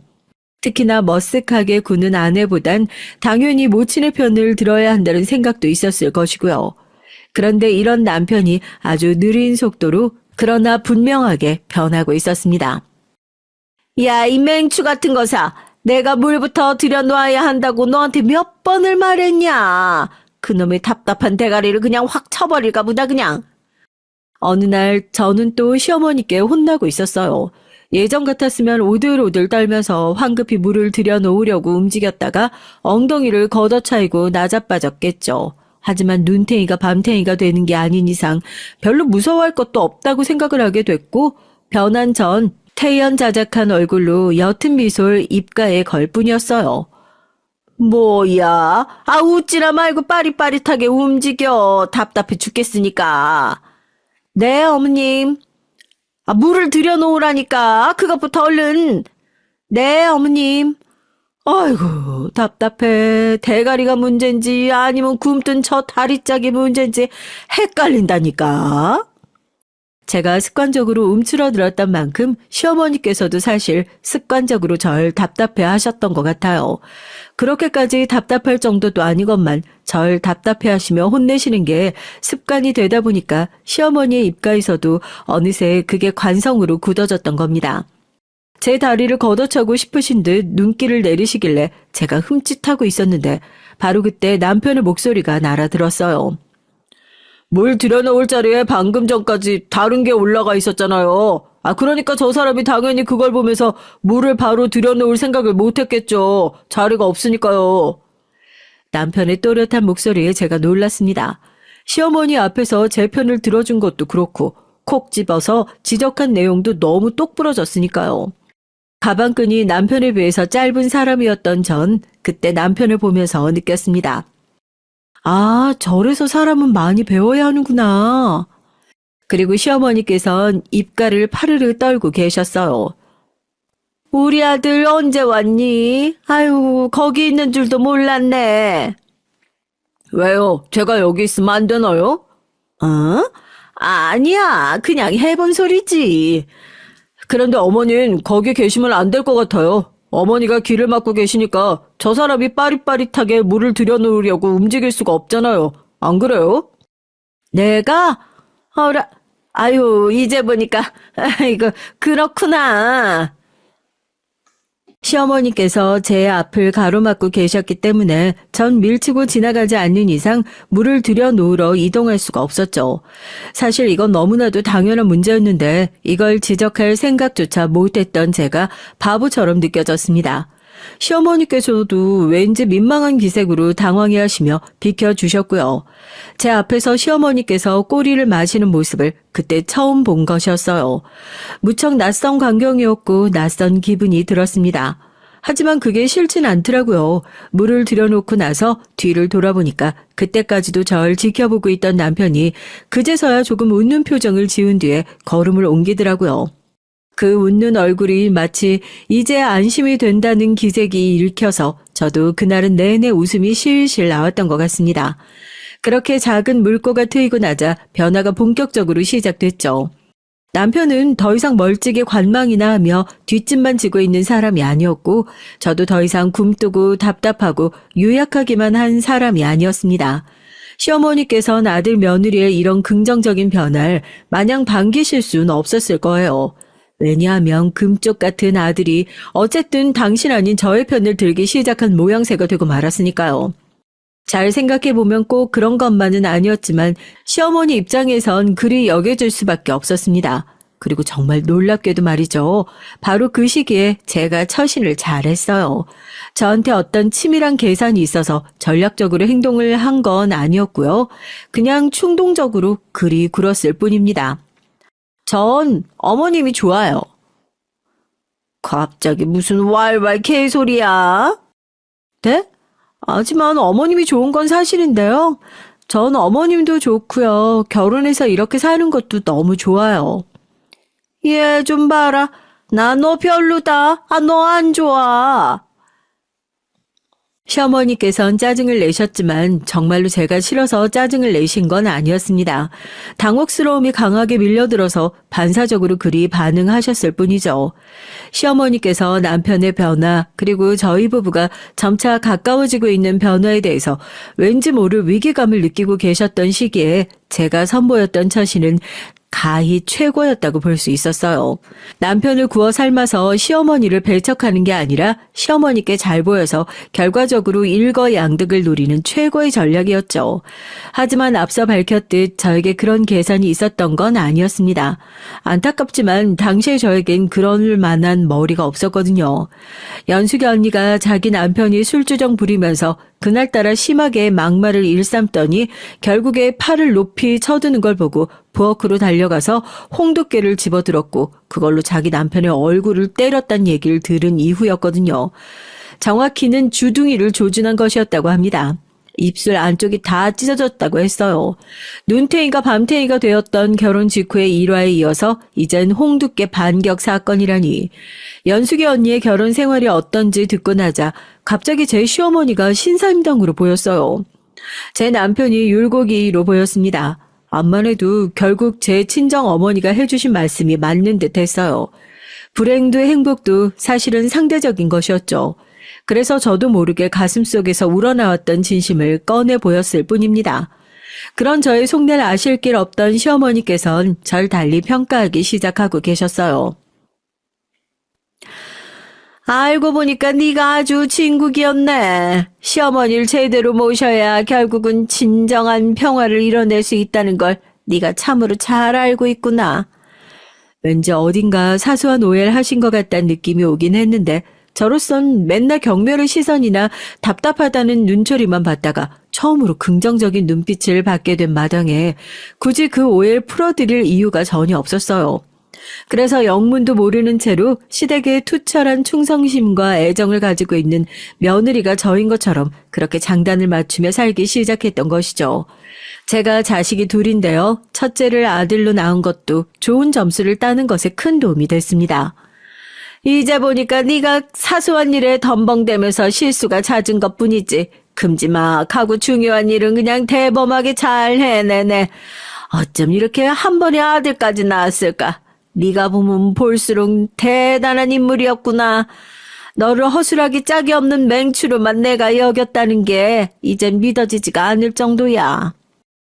이럴 수가. 시어머니로부터 이런 극찬을 받게 되다니 전 믿을 수가 없었습니다.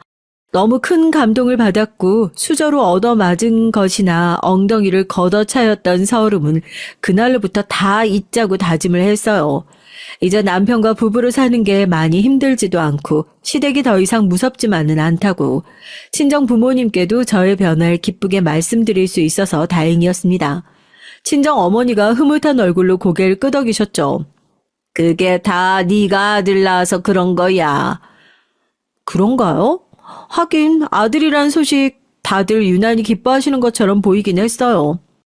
그러니 내가 딸이 널 낳았을 때 얼마나 난처하고 힘들었겠냐? 네가 드디어 자식을 낳고 엄마가 됐으니까 이제 내 심정 철저하게 느끼고 알아줄 때가 됐지. 어머니가 힘을 주어 그렇게 말씀하셨을 때 전 아기가 칭얼거리는 소리 때문에 그 내용을 못 들은 척 했죠. 하지만 똑똑하게 다 들은 이유였답니다. 어머니의 말씀을 통해서 저보다 더 옛날에 결혼하고 애를 낳으신 분들은 말도 못하게 더욱 힘드셨겠다는 생각이 들었어요. 생각해보면 제가 나이가 들수록 능청스러워진 성격이다 보니까 어릴 때로 거슬러 올라갈수록 맹한 성격이었는데 어렸을 때 그런 성격이라서 잘못 느꼈던 것뿐이지 사실 딸이라서 받은 차별도 많았어요. 아들은 집안의 대를 이을 대들보, 딸은 시집이나 가버리면 끝인 출가 외인. 그러나 혼자 허드렛 일은 딸의 몫이었고 같은 실수를 해도 아들은 사내 녀석이 그럴 수도 있지라는 것으로 끝났지만 딸은 기집년이 정신을 똑바로 차리고 살아라는 비난이 길게 쏟아졌습니다. 제가 아들을 낳고 나서 기뻐하는 사람들의 반응을 보니까 만감이 교차하더라고요. 정신없이 엉겁결에 결혼해서 살아왔다 보니 차분한 시선으로 시댁을 그 이전까진 둘러보지 못했다는 깨달음이 오더라고요. 제 남편이 집안에서 아들이기 때문에 대접을 받고 특혜를 받아왔다는 사실이 그제서야 피부로 느껴졌습니다. 제가 낳은 저희 부부의 아들의 이름은 시아버지께서 지어주셨어요. 많이 편찮으셨는데 손자의 탄생에 한박 웃음을 만면에 띄우고 계셨습니다. 손자 녀석이 태어나서 너무 기쁘고 하늘을 날아갈 것 같다고 말씀을 하시던 시아버지를 보면서 시어머니께선 소매로 눈깔 분주히 찍어내고 계셨어요. 그래서 제가 첫째를 아들로 낳은 게 좋은 점수를 받는 것에 아주 유효했다고 하는 겁니다. 둘째는 딸을 낳았는데요. 아들이 아닌 딸이기도 했지만 이땐 시아버지께서 상태가 너무 나빠지신 터라 다들 마음의 준비를 하고 있는 단계였거든요. 그래서 시어머니께선 갓 태어난 당신의 손녀를 제대로 보지도 못하셨습니다. 시아버지께서 정신이 맑고 멀쩡하실 때에 손자의 탄생이라는 커다란 기쁨을 안겨준 것이 저의 엄청난 업적이자 효도였다고 시어머니께선 그렇게 보셨어요. 특히나 손자의 이름을 직접 지어주셨다는 것에서 시아버지께선 말도 못하게 뿌듯해하셨거든요. 제가 둘째를 낳고 나서 몸조리를 하고 있던 그 시기에 시어머니께선 나날이 병세가 짙어가고 있었던 시아버지를 설득하셨어요. 황천길 건너기 전에 재산 정리하고 가야지요. 이 여편 내야 정리하긴 뭘 하라는 거야. 나 죽으면 알아서 할 것이지. 아직 몸 가눌 수 있고 손가락에 힘들어갈 때 얼른 정리해요. 우리 경식이한테 땅을 주라고요. 경식이? 그 녀석은 내가 이미 장가 들 적에 돈을 줬었잖아. 바로 장가 가면 돈 준다고 약속했던 거, 그건 그거고. 재산은 재산이죠. 다른 재산은 나눠 가진다고 쳐도 땅은 우리 경식이한테 따로 줘요. 그 땅 그거 몇 평 되지도 않아요. 그러니까 괜히 이런저런 생각하지 말고 우리 경식이 몫으로 주라고요. 난 우리 경식이가 따로 챙기는 걸 보고 싶으니까. 그걸 몰래 주라고? 그건 상관없다만 당신이 쥐고 있어도 되는데 왜? 아이고 맨날 총명하니 총기가 넘치니 어쩌니 자기 자랑 그렇게 해대던 양반이 죽을 때 되니까 그놈의 총기가 다 빠져서 머리도 안 돌아가나 보네. 아 모르겠어요? 며느리 때문에 이러잖아요. 며느리가 마음에 안 들었으면 내가 안 이러죠. 며느리가 인물이 괜찮으니까 내가 이러는 거 아니겠어요? 자기 시아버지가 세상 떠났는데 그러면서 재산 슬쩍 미리 남겨주고 갔다고 해야 며느리가 놀라서 우리 집안을 더 떠받들죠. 걔는 앞으로 우리 집안에 더더욱 충성할 그릇입니다. 그때 괜히 눈이 잘못 삐어서 저딴 기집애 며느리로 앉혔다고 그런 소리 하면서 불만을 가질 때는 언제고.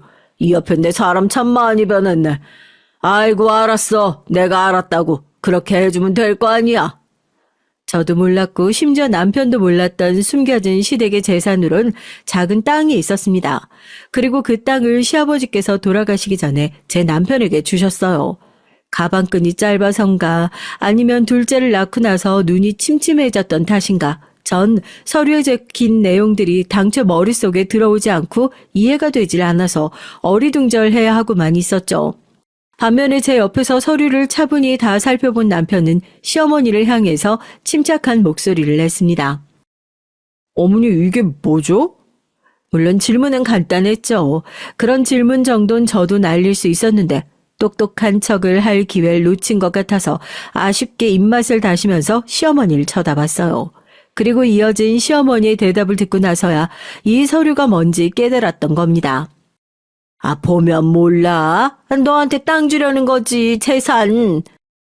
깜짝 놀란 남편의 입이 처음 보는 각도로 크게 벌어졌어요. 시어머니께선 반드시 이걸 줄 수밖에 없었던 이유와 반드시 남편이 이걸 받아야 하는 이유를 열심히 말씀하고 계셨어요. 제가 눈치로 보건대 남편은 의외의 재산을 받게 돼서 당황한 것 같았습니다. 자기 형제들을 제치고 혼자서 이걸 받을 수 없다는 기색이었고요. 사실 그 당시에 그 땅은 값어치가 얼마 되지 않았어요. 크게 유의미하다고 볼 수는 없었죠. 하지만 사람의 마음이라는 게 괜히 캥기고 불편한 것이었어요. 그래서 제가 남편이 뭐라고 입을 열기 전에 선수를 치면서 시어머니를 향해 이렇게 말씀드렸습니다. 그럼 이제 앞으로 저희가 어머님께 더 열심히 최선을 다해서 효도하면 되는 거죠? 효도? 너희가 나한테? 제가 밝은 목소리로 말씀을 드렸건만 시어머니께서는 갑자기 이게 또 무슨 왈왈 개소리냐는 표정으로 반문을 하셨어요. 그래서 전 제 인생 처음으로 계산을 통해서 나온 행동을 했습니다. 남편 몰래 시어머니를 향해 윙크를 한 거예요. 한쪽 눈을 찡긋하자 시어머니께서는 징그러워 하셨다가 이내 의미를 알아차리시곤 손으로 당신 무릎을 탁 치셨습니다. 그렇지, 맞다, 맞아. 그건 내가 너희한테 효도 받으려고 주는 거란다. 왜 그게 얼마 되지도 않는 재산 같아서 꼴랑 그거 받고서 나한테 잘하기가 싫으냐? 시어머니께서 큰 목소리로 그렇게 외치시자 그제야 남편이 뭔가 납득이 된다는 표정을 짓더군요. 전 일부러 오만 호들갑을 다 떨면서 바람잡이 역할을 해냈죠. 어머님 꼴랑 얼마 안 되는 재산이면 어떤가요? 마음이 중요하죠. 땡전 한 푼 안 주셔도 저희 알아서 어머님께 잘 해드렸을 텐데 이런 것까지 저희 생각해서 주셨으니까 더욱 깊은 효심을 가지고 어머님께 앞으로 잘하겠습니다. 지켜봐 주세요. 그쵸 여보? 내 말이 맞죠? 그러니까 그게. 나만 어머님께 효도하고 싶은 거예요? 여보, 우리 앞으로 몸살이지 말고 나서서 어머님 좀 챙겨드리고 그럽시다. 네? 당연히 그래야지. 남편이 떨떠름한 표정으로 수긍을 하는 걸 보니까 시어머니께선 자칫 잘못했다간 남편이 자기 형제들에게 주둥이를 놀림으로써 모든 것이 어그러지고 부모 자식 간의 모든 의마저 상할 뻔했단 사실을 깨달으셨죠. 그리고 절 향해서 전에 없이 신뢰 가득한 눈빛을 보내주셨습니다. 저한테 몰래 이렇게 속삭여 주시더군요. 네가 이제 아예 맹취의 기운을 벗어 던졌구나. 애벌레가 나비가 됐어. 널 내가 옳게 봤다는 확신이 들어서 마음이 놓인다. 네 시애비 내가 설득한 보람이 있어. 저도 제가 이전과 확실히 변했다는 느낌을 받고 있었어요.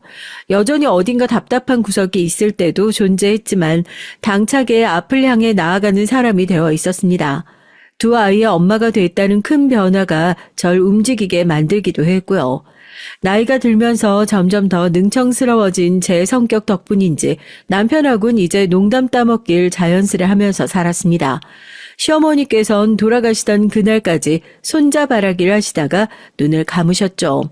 제 추측이지만 시아버지께서 직접 이름을 지어주시면서 유독 기뻐하셨고 예뻐하셨던 존재가 바로 제 아들이었기에 시어머니께서도 마음을 그렇게 써주셨던 것 같아요. 친정 식구들 중에서 제가 결혼을 제일 잘했고 제일 무난하게 잘 살았어요. 이런 저를 두고서 친정에선 결혼은 정말 알 수 없는 거다라는 소리를 종종 했었죠. 제가 어리둥절하게 눈만 크게 뜨고서 어디 팔려가듯 결혼을 해버렸을 땐 제가 이렇게 잘 살 거라고 아무도 예상하지 못했으니까요. 친정 아버지인 돌아가시기 전에 저를 향해서 제가 이런 인물일 줄 알았다면 어렸을 적에 귀여워해 줄 걸. 그러지 못했던 게 후회가 된다고 하셨습니다. 대체 아버지의 그 말씀을 좋아해야 하는 건지 아닌 건지 저로선 묘한 웃음만 흘러나오는 난감함이 있었네요. 나이가 먹어감에 따라서 긍정적인 변화가 있었고 그것으로 누릴 수 있는 게 많았는데요. 그럼에도 나이가 먹어가면서 겪어야만 하는 슬픔에 비하면 기쁘게 누렸던 것이 퇴색되는 느낌입니다. 나이가 들면 어쩔 수 없이 이별을 자꾸만 경험하게 되니까요. 다른 사람과의 이별은 어찌어찌 견뎠습니다만 남편과의 이별의 순간이 왔을 땐 가슴이 무너져 내려서 도저히 어떻게 해야 할지 몰랐죠. 남편이 처음 몹쓸병에 걸렸을 때 눈앞이 노래졌지만 그래도 희망이 있다는 사실에 그것만 붙잡으면서 견뎠어요. 하지만 몇 번 안 좋은 치료 과정을 지나면서 남편은 많이 약해졌어요. 시간이 더 지나자 이젠 어쩔 수 없이 이별을 해야 한다는 걸 받아들이게 되더군요. 무너진 가슴으로도 이별을 맞이할 수가 있다니 인간이 이토록 나약하면서도 강인한 존재라는 걸 그때 깨달았습니다. 그리고 그건 너무나도 슬픈 깨달음이었어요. 나 죽으면 새로 딴 놈 만나서 그렇게 살아도 돼.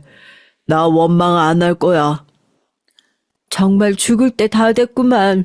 정신이 오락가락하나 봐. 자기 마누라 나이가 몇 살인지도 몰라. 이 나이 먹고서 새로운 놈 무슨 저승에서 내가 갈 때까지 딱 기다리고나 있어요.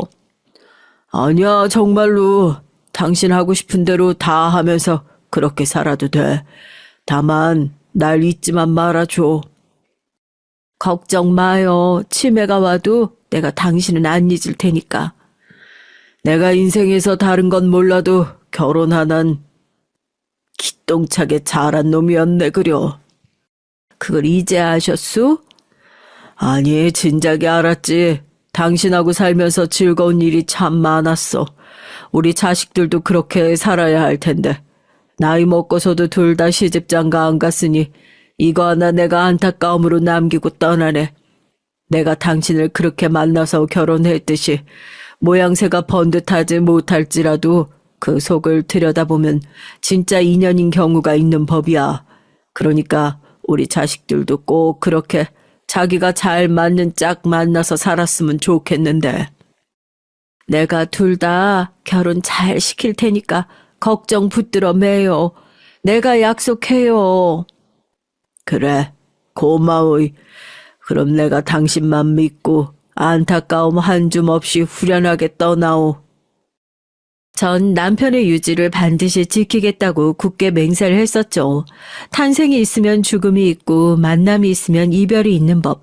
이렇게 돌고 도는 인생 속에서 이제 저라는 사람의 남은 사명이 있다면 떠난 남편을 위해서라도 제 자식들을 결혼 잘 시키는 것이었어요.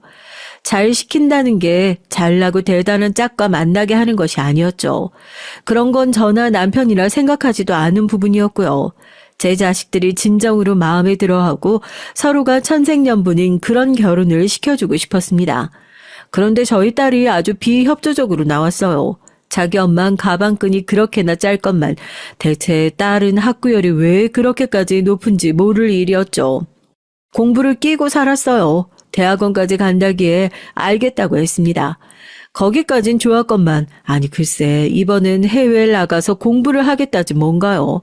뭔 놈의 공부를 바다 건너서 나가서 하나요?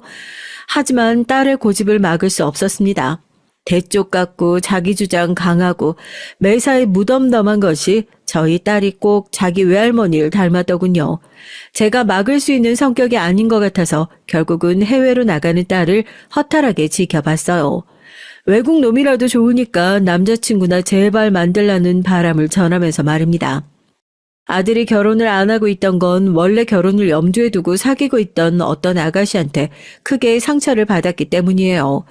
참하고 단아하게 생겼던 그 아가씨는 외모로 사람을 판단하면 안 된다는 교훈을 아들에게 심어줬죠. 저희 아들과 사귀는 동안에 다른 놈을 셋이나 동시에 만났더라고요. 그렇게까지 부지런하게 모uten 사람은 처음 봤습니다. 배신감을 느낀 아들은 쉽사리 누군가를 깊이 사귀지 못했고 그 심정을 모르겠는 바가 아니라 전 한숨이나 몰래 쉬면서 제발 아들과 결혼할 짝이 나타나길 빌고 빌었어요. 그러다 드디어 며느리가 등장을 했을 때 제가 얼마나 기뻤는지 모릅니다. 저희 아들과 동갑 또래이겠거니 했는데 2살이 더 많더라고요. 여자 쪽이 연상이어도 좋죠. 괜찮았어요. 친정 집안은 콩가루가 따로 없어서 양친이 이혼한 뒤 각기 재혼까지 하신 상태였습니다. 형제가 셋인데 서로 안 보고 살더라고요. 결정적으로 집안에 돈이 좀 없었어요.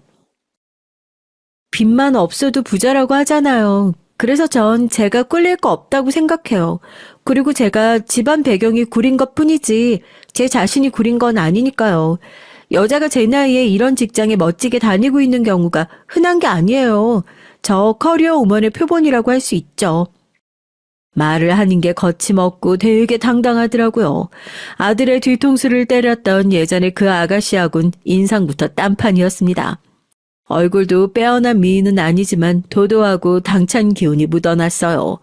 이래서 아들이 확 끌려가지고 결혼을 한다고 그랬구나 싶더라고요. 아들이 좋다고 하는데 반대할 생각 같은 건 없었습니다. 간섭할 마음도 없으니 둘이서 싸우지 말고 행복하게 잘 살라고 해줬고요. 시집살이 같은 거 전 절대로 당할 생각이 없거든요. 그래서 만에 하나 어머님이 저한테 고압적으로 구셔도 잘 받아칠 대비가 되어 있었는데 제가 그럴 필요가 없었네요. 어머님이 이렇게 신세대와 시어머니신 줄 알았다면 제가 진작에 마음 놓았을 거예요. 며느리가 커다란 미소를 입가에 걸면서 그렇게 말했을 때 전 우습게도 돌아가신 친정아버지를 떠올렸어요. 항상 저에게 좋은 말씀을 해주시는 건지 아닌지 헷갈리는 분이었거든요. 며느리가 그랬죠. 이게 지금 좋게 받아들여야 하는 건지 아닌 건지 헷갈리더라고요. 나이든 입장에서 보자면 며느리가 소위 싸가지를 밥 말아먹은 사람이었지만 마음을 내려놓고 본다면 그 정도로 당찬 발언을 하지 못할 이유가 딱히 없는 것 같기도 했죠. 그리고 전 제 아들의 행복한 결혼 생활을 바랄 뿐이지 대접받는 시어머니가 되기를 꿈꾸는 게 아니었으니까요. 며느리가 어떻게 굴든 그냥 내버려 뒀습니다. 아들이 회사 근처에서 자취를 하던 곳에서 두 사람이 신혼생활을 시작했고요. 아들은 결혼 전과 다름없이 때마다 저에게 안부 문자를 종종 남겼어요. 그리고 원래는 결혼 전에 평일 주말에 구분 없이 한 달 안에 대략 67번꼴로 저희 집에 왔었는데요. 결혼하고 나니까 발걸음이 줄어들더군요. 돌아가신 시어머니께 하도 강아지 취급을 받으면서 자란 탓인지 남자치고 제법 살가운 성격을 지닌 게 제 아들이었는데 결혼하고 나니까 그런 아들의 모습은 자주 못 보게 된 것 같아서 씁쓸한 기분도 들었습니다. 하지만 이건 저만의 기분이었을 뿐 한 번도 밖으로 표출한 적은 없었고요. 며느리에게도 전화나 문자를 좀 하라든지 가끔이나마 와달라든지 그런 요구를 안 했습니다. 웬만하면 같이 가려고 하는데 회사 일이 바빠서 그런가 주말이면 많이 피곤해서 쉬어야 한다고 그러네요. 아들이 겸연쩍은 목소리를 내는 것만 봐도 어떻게 돌아가고 있는 상황인지 알 것 같았기에 제가 더 고민이 되고 있었고요. 그러다 결국 가만히 아무 소리도 않고 조용히 있던 제가 폭발하고 많은 일이 생겼습니다. 다름이 아니라 제 남편의 제사 문제였어요. 그 어떤 날보다 중요한 날이었죠. 그래서 제가 아들에게 단단히 일러뒀어요. 다른 건 그냥 넘어가도 그렇게 중요한 날에 며느리의 도리를 다하지 않는 건 절대 좌시할 수 없다고요.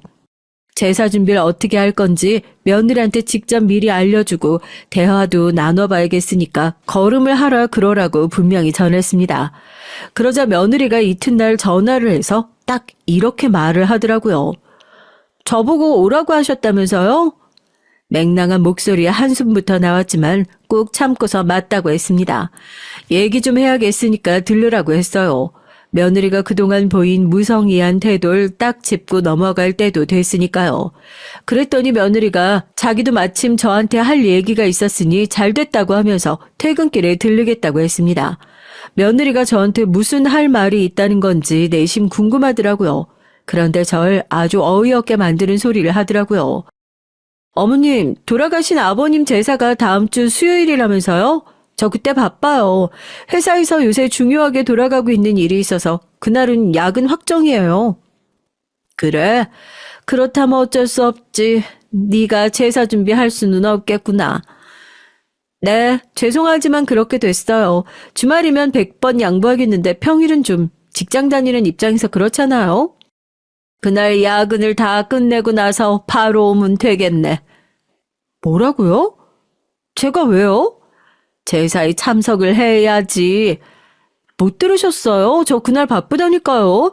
야근이 있다니까요. 야근 끝나고 나면 파김치가 되어 있을 텐데 뭔 놈이 제사예요? 그 다음 날도 출근해야 하는 직장인의 입장은 생각 못 하세요? 뭐라고? 뭔 놈의 제사냐고? 네 시아버지 제사다. 이 되바라진 거사. 어찌 말을 그리 함부로 해? 그러니까 대체 죽은 사람 제사 때문에 산 사람이 왜 고생을 해야 되느냐고요. 온갖 유난 다 떨면서 제사 챙기는 집 치고 잘 사는 집을 제가 본 적이 없네요. 며느리가 비웃음을 입가에 걸며 그렇게 외친 순간 전 머리끝까지 화가 났고 참았던 화를 담아서 며느리의 싸대기를 올려 붙였습니다. 뺨을 한 대 맞은 며느리가 헛웃음을 뱉더군요. 와, 뺨을 때리시네요. 제가 왜 이따위 취급을 받아야겠는지 전혀 모르겠는데요? 그냥 모르는 것도 아니고 전혀 몰라? 넌 아주 안 되겠구나. 이제 넌 내 며느리가 아니다. 내 아들이 너랑 갈라서든 안 서든 상관없이 넌 내 며느리 아니야. 널 옹호하고 두둔한다면 난 이제 내 아들도 안 보고 살련다. 이래서 우리나라 시자 인간들이 안 되는 건가 보네요. 저야말로 지금 이혼하고 싶은 생각이 가득하니까 어머님만 그렇게 생각하신 척 하지 마세요. 나이만 먹고 대가리에 똥만 가득 찼구나. 네가 허세 부리는 게 아니라 정말 이혼할 생각이 있는 거라면 지금 당장 내 아들한테 전화 걸어서 이 상황 다 말하지 그러니?